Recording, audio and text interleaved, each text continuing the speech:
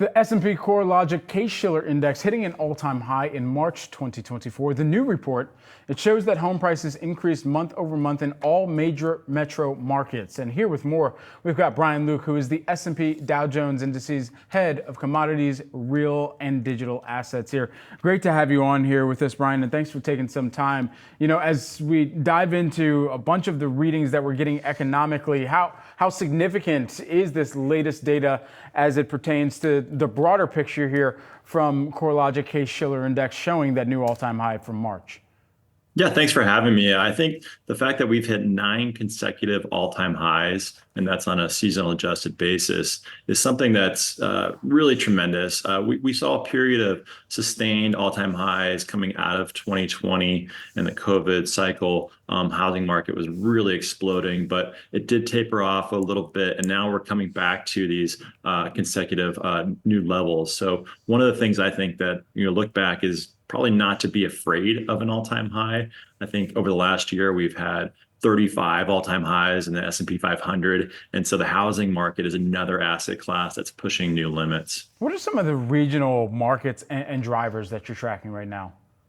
Yeah, we're seeing broad-based gains across the market and really less of a disparity between some regional markets and another. But one of the areas that's really grown the fastest is the Northeast. And that's a bit of a surprise, but the last 5 or 6 periods, we've seen cities like New York, Boston, Washington, D.C. really driving up the values of the home price index that we calculate. And that's what's really been pushing some of the regional trends. So we had originally seen a lot of the Sun Belt states do very well in 2020, 2021. But you look at the last 12 to 24 months, the disparity has been in those major metropolitan areas. So it could be something that more of a return to office environment is now putting people back in those cities of traditional metropolitan areas. But the cities like Tampa, Phoenix, and Dallas that were really the outperformers in 2020 and 2021 have fallen off the pace. And some of those laggards during that time are now coming back up. That's really interesting because we were speaking with a guest earlier this morning and just about how much perhaps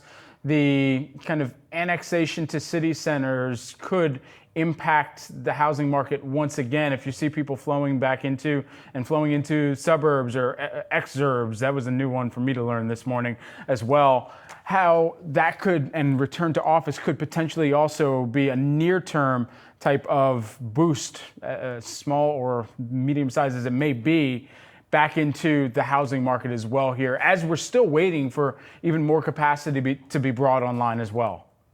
Yeah, I think there's a lot of trends that are dictating that. A lot of that is migratory trends that we've seen, a lot of the population shift down south.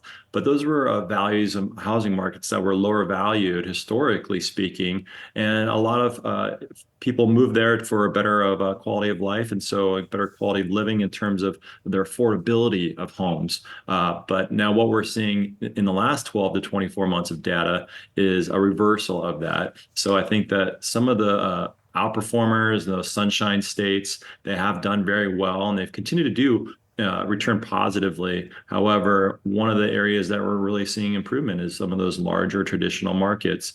And so what that's really dictating is this migration of performance that goes back to those traditional city centers like Chicago, Los Angeles, New York, those larger areas, as opposed to some of the smaller markets that were really outperforming in the 2020-21 periods. You know, you've got a lot of people that are perhaps on the sideline just waiting for the Fed to cut rates. And, you know, at this point, it's becoming a don't hold your breath type of scenario. But if there is one thing that you believe that the Fed may be watching for, what would that be, especially as they're kind of looking across homeowners' equivalent rents? They're trying to figure out where some of those areas of stickier inflation and shelter and energy, where they actually have levers that they can pull and the right timing to pull that.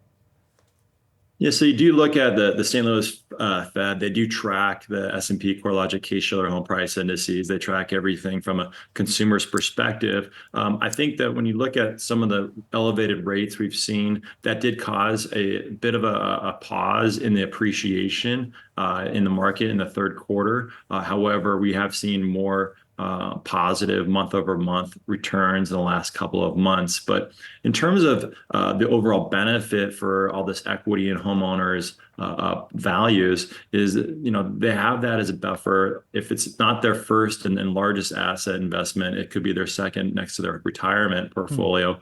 That's something that's going to give them a little bit of confidence in there. What that is going to dictate for the Fed is giving them that ability. However, the homeowners can't really lock in or equitize that cash unless they sell their home, in which case they may want to do that, or if they're downsizing. But there's no real tool that they can go in and say, I want to peel off a piece of that equity for retirement for a longer period of time. And so it does give a benefit to the homeowners, and therefore it translates into confidence overall in the consumer.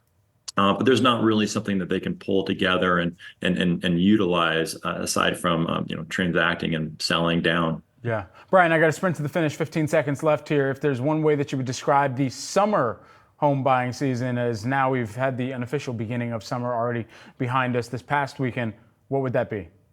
Well, having strength coming into the summer that we've seen in the recent months of data, I would say that that's going to be, a challenge to continue that trend. However, that's when most homeowners start to move. School is out, and you'll see a lot of prices changes taking over during that time. So it really kind of sees the strength coming into the summer is interesting. Brian Luke, S&P Dow Jones Indices, head of commodities, real and digital assets. Brian, great to see you. Thanks for hopping on with us. Thank you.